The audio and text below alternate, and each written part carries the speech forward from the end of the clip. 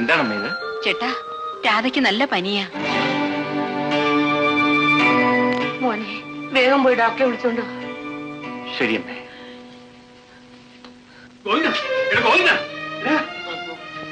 രാധയ്ക്ക് തീരെ സുഖമില്ല. എന്റെ ദൈവമേ, ആ കുഞ്ഞിനെ നരകത്തിൽ കൊണ്ടുവന്നിട്ട് കൊല്ലുകയുള്ളൂ. നീ വേഗം ഡോക്ടറെ വിളിച്ചോണ്ട് കാണിച്ചേ.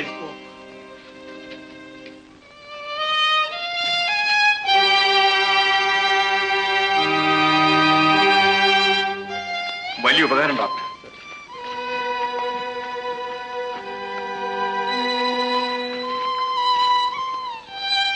വരണം ഡോക്ടർ. എവിടെ പോകുന്നു? രാധ കുഞ്ഞിനെ നോക്കാൻ. രാധയെ ഡോക്ടർ പരിശോധിച്ചു, മരുന്നും കൊടുത്തു. ഇത് കുറുപ്പദ്ദേഹത്തിന്റെ കുടുംബ ഡോക്ടറാണ്. ആരായിരുന്നാലും ഇപ്പൊ ആവശ്യമില്ല. ഇവൻ പറയുന്ന കാര്യമാക്കണ്ട. ഡോക്ടർ വേണ്ടെന്നല്ലേ പറഞ്ഞത്? കുറുപ്പദ്ദേഹത്തിന്റെ മകളെ ചികിത്സിക്കണ്ടെന്ന് പറയാൻ നീ ആരാടാ? കുറുപ്പദ്ദേഹത്തിന്റെ മകൾ ഇപ്പൊ എന്റെ ഭാര്യയാണ്. അവൾക്ക് രോഗം വന്നാൽ ചികിത്സിപ്പിക്കാൻ എനിക്കറിയാം. അതിനാരുടെയും കാരണം എനിക്ക് ആവശ്യമില്ല. അറിഞ്ഞത് എന്തിനാ വെറുതെ വാശി പിടിക്കുന്നത്? ഡോക്ടർ വന്നു, പരിശോധിച്ചു, മരുന്നും കൊടുത്തു. ഇനി ഞാൻ പൊക്കോളാം. ഇവൻ കൊണ്ടുവന്ന് തല്ലിപ്പോൾ ഡോക്ടറായിരിക്കും. പനി കൂടത്തേ ഉള്ളൂ. കൂടുന്നെങ്കിൽ കൂടട്ടെ, ഞാൻ നോക്കിക്കൊള്ളാം. വരണം. അച്ഛാ, വീട്ടിലോട്ടൊന്ന് കയറിയിട്ട് പോകണം. നീ എന്താണ് പറഞ്ഞത്? വീട്ടിലോട്ടൊന്ന് കേറിയിട്ട് പോണം? എന്റെ തന്ന ഒരുപാടാ.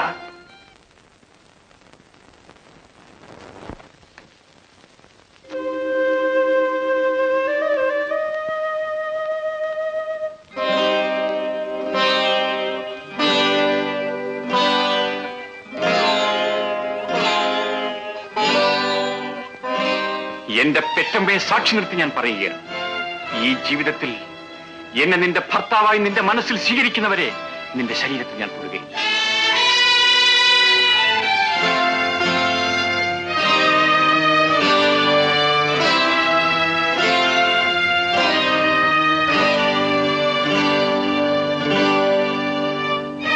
ആ വീട്ടിലേക്ക് നീ പോകാത്തതിന്റെ കാര്യം എന്താണെന്ന് എനിക്കറിയാം. നിനക്ക് മറ്റാരുമായിട്ട് രഹസ്യ ബന്ധമുണ്ട്. ഞാനും എന്റെ ഭാര്യയും കൂടെ ഇറങ്ങാം. എനിക്കൊന്നും വയ്യ. ഇറങ്ങാൻ ഇറങ്ങാൻ.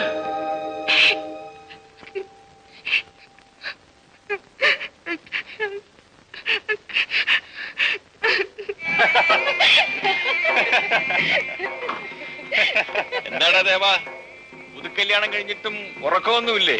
രാത്രിയും മെതിയാണോ? കിടന്നിട്ട് ഉറക്കം വന്നില്ലേ? എന്നാ രണ്ടുപേരും കിടക്ക് മെതിച്ചേക്കാന്ന് വിചാരിച്ച്. ഓഹോ.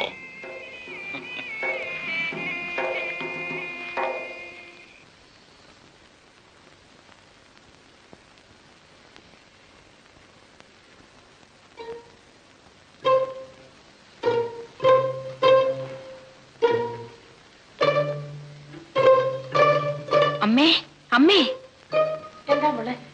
രാധയെ കാണുന്നില്ലല്ലോ. കാണുന്നില്ലേ? ഈ രാത്രിയിൽ എവിടെ പോകാനാ? സുരേന്ദ്രൻ കളത്തിൽ പോയിരിക്കല്ലേ? ഞാനൊന്ന് നോക്കട്ടെ അമ്മേ.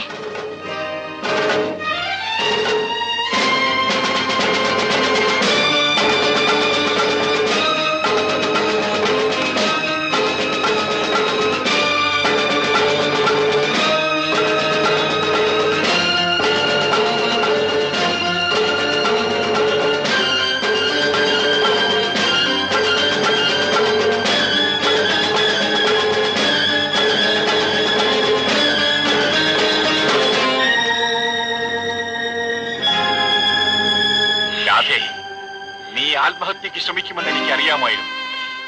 നിന്റെ കഴുത്തിൽ താലി കെട്ടിയതിനു ശേഷം ഒറ്റ രാത്രി പോലും ഞാൻ ഉറങ്ങിയിട്ടില്ല. നിന്റെ ഓരോ ചലനവും നീ അറിയാതെ ഞാൻ ശ്രദ്ധിക്കുകയായിരുന്നു. എന്റെ ജീവിതം നശിപ്പിച്ച് നിങ്ങൾ എന്നെ മരിക്കാനെങ്കിലും അനുവദിക്കൂ. ഇല്ല, നീ നിന്റെ ജീവനേക്കാൾ വില കൽപ്പിച്ചിരിക്കുന്നത് നിന്റെ അഹങ്കാരത്തിനാണ്. അത് നിന്റെ രക്തത്തിൽ അലിഞ്ഞു ചേർന്നുപോയി. അതുകൊണ്ടാണ് എന്നെ തോൽപ്പിക്കാൻ വേണ്ടി ഞാനില്ലാതിരുന്ന ഈ സന്ദർഭത്തിൽ നീ ഈ തീരുമാനത്തിലെത്തിയത്. പക്ഷേ ഞാൻ ജീവിച്ചിരിക്കുമ്പോ നീ ആത്മഹത്യ ചെയ്യാമെന്ന് കരുതണം. എന്നെ തടയാൻ നിങ്ങൾക്ക് എന്താ അവകാശം? ഞാൻ നിന്നെ താലി കെട്ടിയവനാണ്. പക്ഷെ ആദ്യ രാത്രി തന്നെ നീ എന്നെ നിരാകരിച്ചു. അതുകൊണ്ട് നിന്റെ ശരീരത്തിൽ സ്പർശിക്കുകയില്ലെന്ന് അന്ന് ഞാൻ സത്യം ചെയ്തു. ഈ രാത്രിയിൽ ഒരു നിമിഷം എന്നെ നിന്റെ ശരീരത്തിൽ തൊടാൻ അനുവദിച്ചാൽ ഞാൻ കെട്ടിയ ഈ താലി പൊട്ടിച്ച് ദൂരത്ത് വലിച്ചെറിയാം. എന്നിട്ട് നീ മരിക്കുകയോ എന്തു വേണമോ ചെയ്യും. പക്ഷെ നീ മരിച്ചാൽ നിന്റെ ശവം ഒഴുകുന്നതിന് പുറകെ എന്റെ ശവവും കാണും. ഒരുമിച്ച് ജീവിക്കാൻ കഴിയാത്ത നമ്മൾ ഒരുമിച്ച് മരിച്ചു എന്നെങ്കിലും ലോകം പറയും. പണക്കാരിയായ നിന്നെ വിവാഹം കഴിച്ചു പോയതിന് എനിക്ക് അങ്ങനെയെങ്കിലും ആശ്വസിക്കാമല്ലോ. പണമുള്ള വീട്ടിൽ ജനിച്ചത് എന്റെ തെറ്റാണോ? പണക്കാരോടുള്ള പ്രതികാരം തീർക്കാൻ വേണ്ടി നിങ്ങൾ എന്റെ ജീവിതത്തെ ചവിട്ടി വീഴ്ചത്. ഞാനൊരു പെണ്ണാണെന്ന് പോലും നിങ്ങൾ കരുതിയില്ലല്ലോ.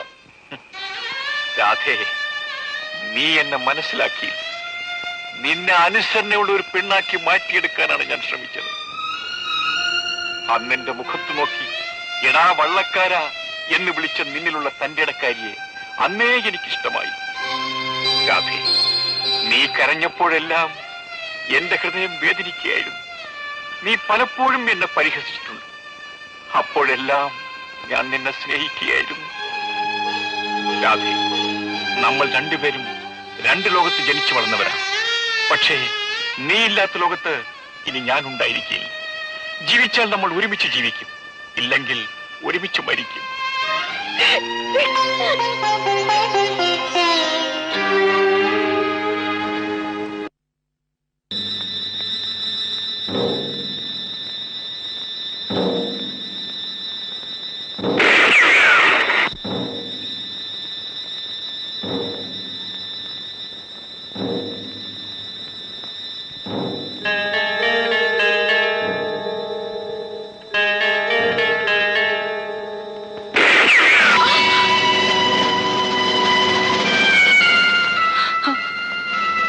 ഓഹോ, നീയായിരുന്നു. നിനക്കെന്നെ തല്ലണ്ടേ? നീ എപ്പോഴെങ്കിലും എന്റെ കയ്യിൽ വന്ന് വീടുമെന്ന് എനിക്കറിയാമായിരുന്നു. എന്റെ പ്രതികാരം വീട്ടാൻ ഇതിനേക്കാൾ നല്ലൊരു സന്ദർഭമില്ല.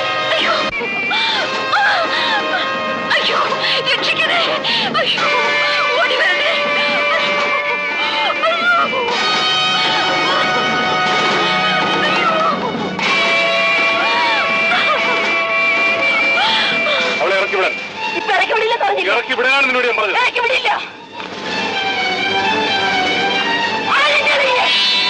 അത്രയ്ക്കായോ?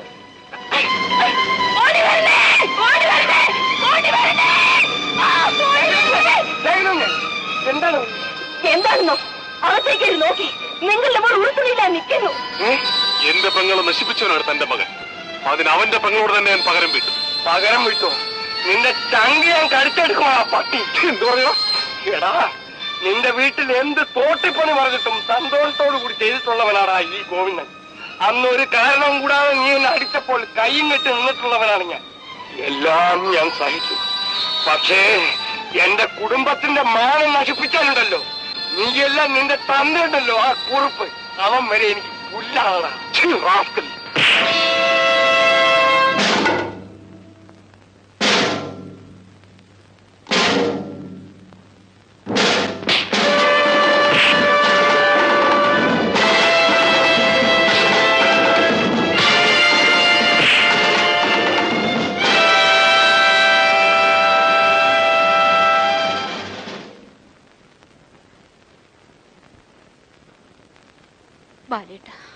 ശാന്തേ,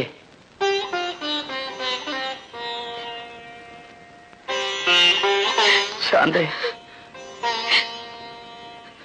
ശാന്തേ, എനിക്ക് മാപ്പ് തരൂ ശാന്തേ.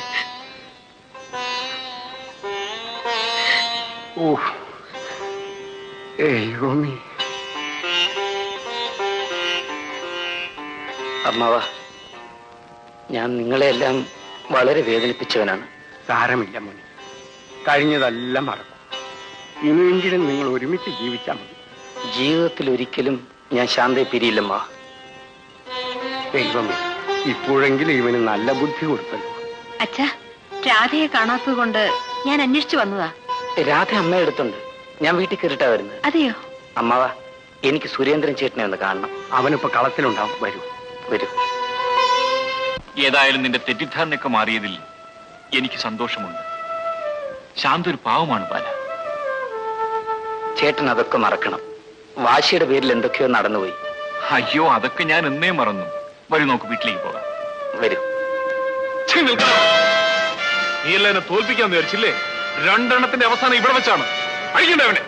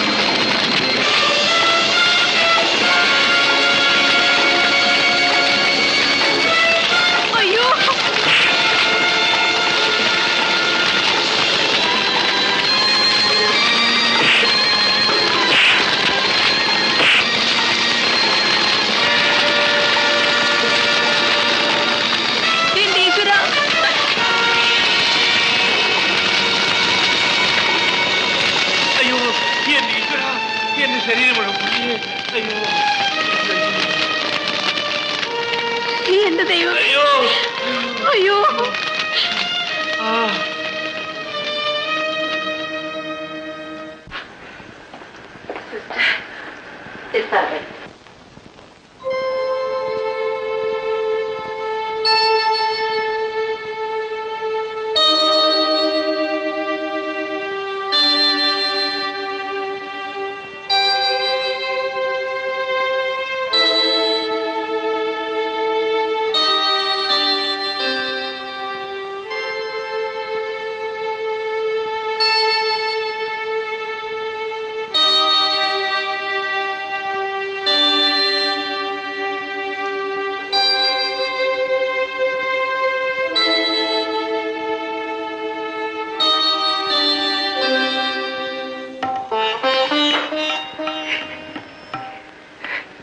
എനിക്ക് മാപ്പ് തരും ചേട്ടാ.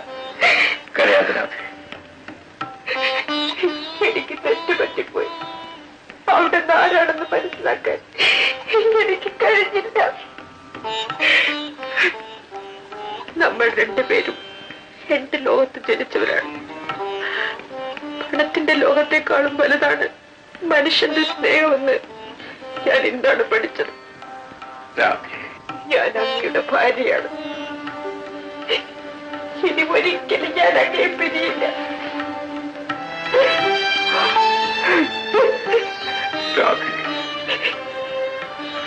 കരയാതിരിക്കും. ഇനി മരണത്തിന് പോലും നമ്മളെ വേർപിരിക്കാൻ സാധ്യമല്ല.